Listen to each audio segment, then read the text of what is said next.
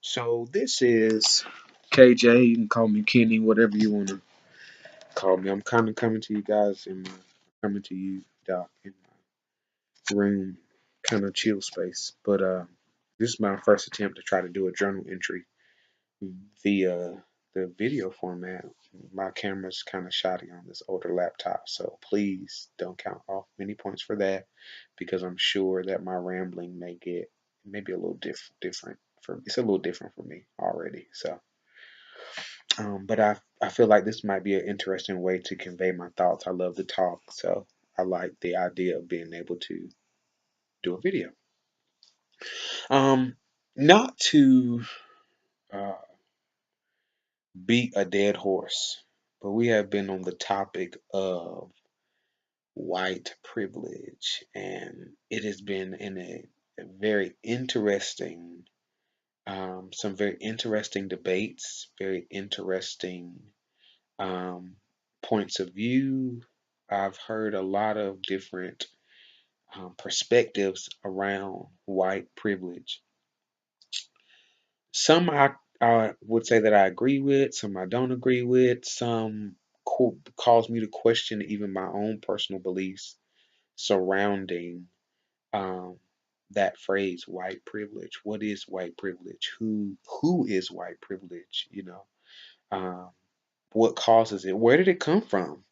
And hopefully, I'll be able to kind of make my thoughts kind of concise. But one of the things that I've noticed is that when discussing white privilege, it causes so many different feelings.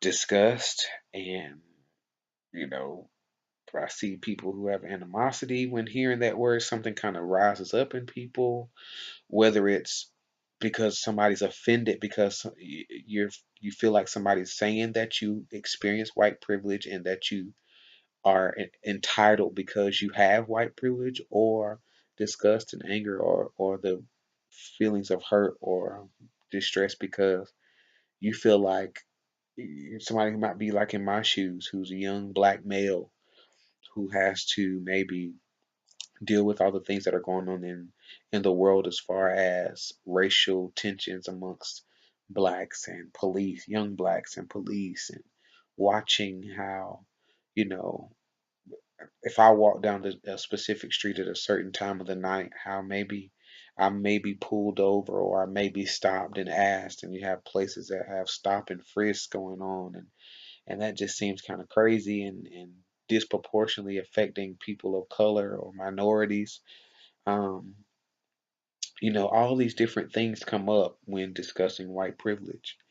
I am um, a person who will be honest and say that I definitely thought that I had a grip on what white privilege was and where it came from. And I am definitely an individual who is pretty confident, in a lot of my ideals and thoughts and things. But this class has opened up a safe space. And in that safe space, I have maybe been faced with some challenging questions that I didn't have the answer to, and challenging perspectives that kind of opened my eyes to some different things. Not to rehash anything, but in today's class, which is today, yeah, today, 3:15. So today's class, um, we were discussing white privilege, and in that class, one of the things that I began to question um, while listening to some of my Caucasian friends, and they and them giving their insight and their from their perspective and how they felt, and them saying that they've felt like they've had struggles, and they don't see where they've been necessarily privileged, or how they've had a leg up in any way. And so for it to be a generalization that they are entitled to something called white privilege that gives them some type of uh, you know invisible gold medal on their lapel, that just gets them into every club and gets them into every job and gets them into, gets them out of tickets and the police looking at them some type of way. I will, you know, s- be honest and say that there is, levels of systemic racism that is deep rooted in American culture. And it is, sad, but it is definitely true that racism still exists and that racism is a thing. I do believe that the American system, whether it be prison system, education system, political system, I mean, all these different I do believe that there are some racist and maybe um, some things that are deep rooted within these systems that disproportionately affect minorities in a negative way. But I am beginning to question serious of a thing, or um, how serious of a thing white privilege really is, if I should really continue to discuss that that's a major thing.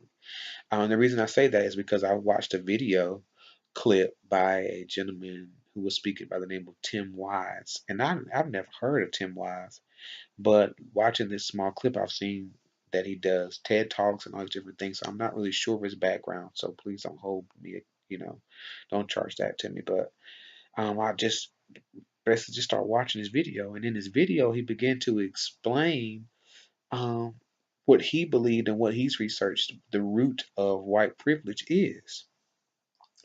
And that was one of the things that I never thought about, was the root, or where did we get the assumption or the notion that where was that birthed?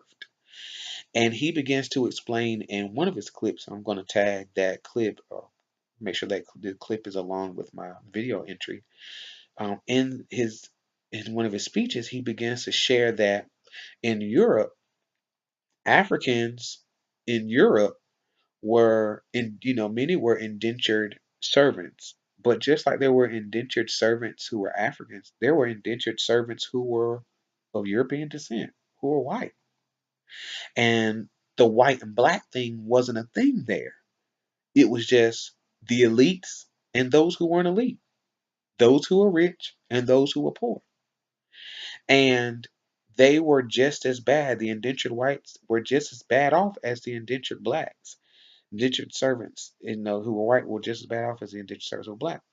And what they began to see in Europe was that there was, a lot of revolting and a lot of, civil uncivil unrest, and all these different things going on, and so uh, when they began to come westward to establish colonies in the Americas, one of the things that they devised, the elites began to devise, is to say, we've got to make sure that this what we're establishing here doesn't turn out like what we're leaving behind in Europe. And one of the ways that they began to do that was to give slight privileges to indentured white servants. And by doing this, they were just as poor still. They were just as destitute, just as broke down as the indentured black servants that were brought over. Um, but what happens is, by giving them a slight edge, or making them at least feel like there was a difference where they had some type of freedoms or some type of privilege, it would make them be more so uh, not familiar, but connect them more to the elites, make them feel like, at least make them feel like they were an elite. They didn't live like the elites, but at least they kind of felt like it. They kind of felt like there's something that now separates me. I'm a little better than this guy. I'm a little better than this group. And that's when we really start to see the separation, the true separation of blacks and whites, or the true separation of whites and minorities. Okay.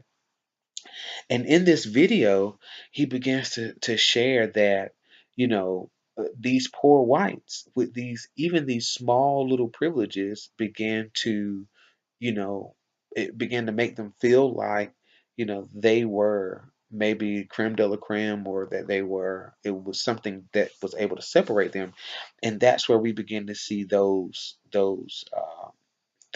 term privilege. And because they were white, they were mostly all white, because the elites were pretty much all white. And I'm pretty sure elites were pretty much all white. So those poor whites and the elite whites kind of begin to join forces to kind of put their foot on the backs of those who didn't look like them. One big distinction was, one was fair skinned, one was white, and the other was black. That's where we begin to see the terms and begin to see the names being called, the niggers and things like that. And we begin to see how one group becomes like demonized, and they become kind of seriously ostracized, and really, grouped together and pushed out, because elites were saying, well, it's no way possible that we would be able to remain in power and remain safe if not only are we having to deal with one group, but we're having to deal with two groups and deal with all these different individuals who are bound by this, like, economic status, rather than caring about how they looked. It wasn't about how they looked in the beginning. It was about, we're broke and poor and y'all are broke and poor, and it's not right how we're being treated. We've got to do something about the rich in this country. And the elites begin to use their intellect, to use psychology.